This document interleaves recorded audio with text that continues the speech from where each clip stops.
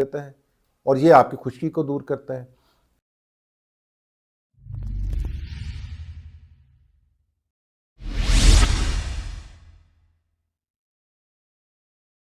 आज बात करेंगे कैस्टर ऑयल के बारे में, जो कि एक इंतहाई आम चीज़ मगर एक बहुत ही ख़ास चीज़ भी है, बहुत ही ख़ास ऑयल है। इसकी हिस्ट्री अगर देखी जाए तो फ़िरऔन के दौर से लेकर के ईरान के जो बादशाहत थी 4000 साल पुरानी, उसमें भी ये ब्यूटी प्रोडक्ट के तौर पे यूज़ होता रहा।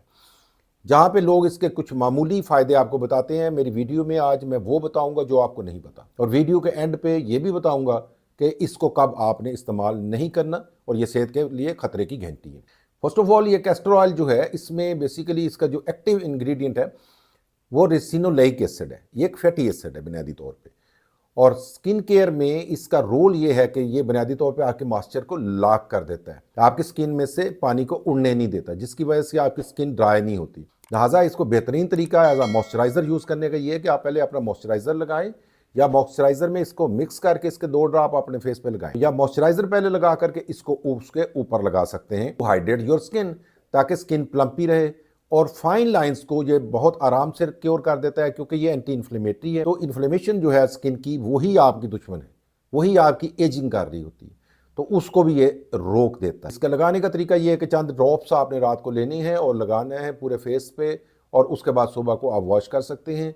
इसके बाद आई लैशेज़ हैं और आईब्रोज हैं, दोनों को ग्रो करने में इसका बहुत ज़बरदस्त रोल है। आप जस्ट एक सिंगल ड्रॉप लेकर के आप अपने आईब्रोज पे और आई लैशेज़ पे नाइट पे लगा सकते हैं। इससे भी आपको 4 से 6 हफ्ते में रिजल्ट मिलना शुरू हो जाता है। अब आते हैं जी इसकी स्कैल्प के ऊपर, स्कैल्प हेल्थ के ऊपर क्या, बालों की ग्रोथ में क्या इसका रोल है। बालों की ग्रोथ में इसका मल्टी प्रोंग रोल है, बहुत मुख्तलिफ तरीकों से एक्ट करता है। ये वहाँ पे ब्लड फ्लो बढ़ा देता है, जिसकी वजह से जितने भी माइक्रो न्यूट्रिएंट चाहिए होते हैं बालों को, लाइक जिंक है, बायोटीन है, बी कॉम्प्लेक्स है, ये सारी चीज़ें वहाँ पे, अमाइनो एसिड्स हैं, ये सारी चीज़ें वहाँ पे ज़्यादा मकदार में मुहैया हो जाती हैं और बाल बनना शुरू हो जाते हैं। स्कैल्प के ऊपर अगर फंगस है तो ये इसकी एंटी माइक्रोबियल प्रॉपर्टीज़ की वजह से ये आपकी फंगस को दूर कर देता है और ये आपकी खुश्की को दूर करता है। उसके अलावा जो बाल है उसकी जो स्ट्रैंड है, अगर वो ड्राई है तो वहाँ पे रेसिनोलेइक एसिड जो है, फैटी एसिड है, उसके अंदर जज़ब हो जाता है, बालों को वॉल्यूम देता है और ज़्यादा शाइनी बना देता है। तो अब आते हैं जी इसके जिस्म के ऊपर आपने क्या हमारे फ़ायदे हैं। उसमें सबसे इंपॉर्टेंट चीज़ है ये कि प्रेगनेंसी के बाद जो आपके फीमेल्स में स्ट्रेच मार्क्स रह जाते हैं, या बॉडी बिल्डर्स में स्ट्रेच मार्क्स बनते हैं, या मोटे लोगों में स्ट्रेच मार्क्स बनते हैं, लाइक थाइस पे बनते हैं, पेट पे बनते हैं, शोल्डर्स पे बनते हैं, उनके ऊपर अगर रात को लगाया जाए तो ये स्ट्रेच मार्क्स जो हैं 4 से 6 हफ्ते में काफ़ी बेहतर महसूस करेंगे। उसके अलावा अगर कोई ज़ख्म है, छोटा मोटा स्क्रैच है, उसके ऊपर भी चूँकि ये एंटी बैक्टीरिया है, जरासीम को ख़त्म करता है, तो एंटी बैक्टीरियल प्रॉपर्टीज़ की वजह से छोटे मोटे स्क्रैचेस को ये ख़त्म कर देता है।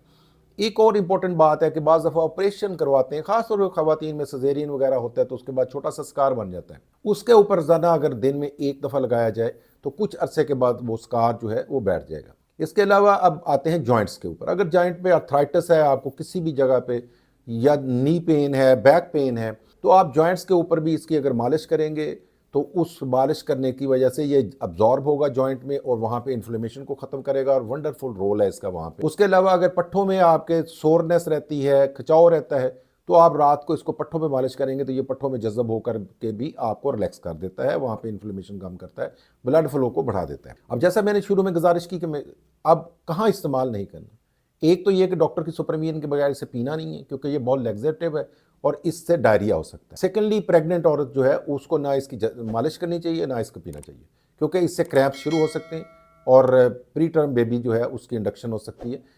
वीडियो को ज़रूर लाइक करके शेयर कीजिएगा, चैनल को सब्सक्राइब करना ना भूलिएगा। Thank you very much for watching.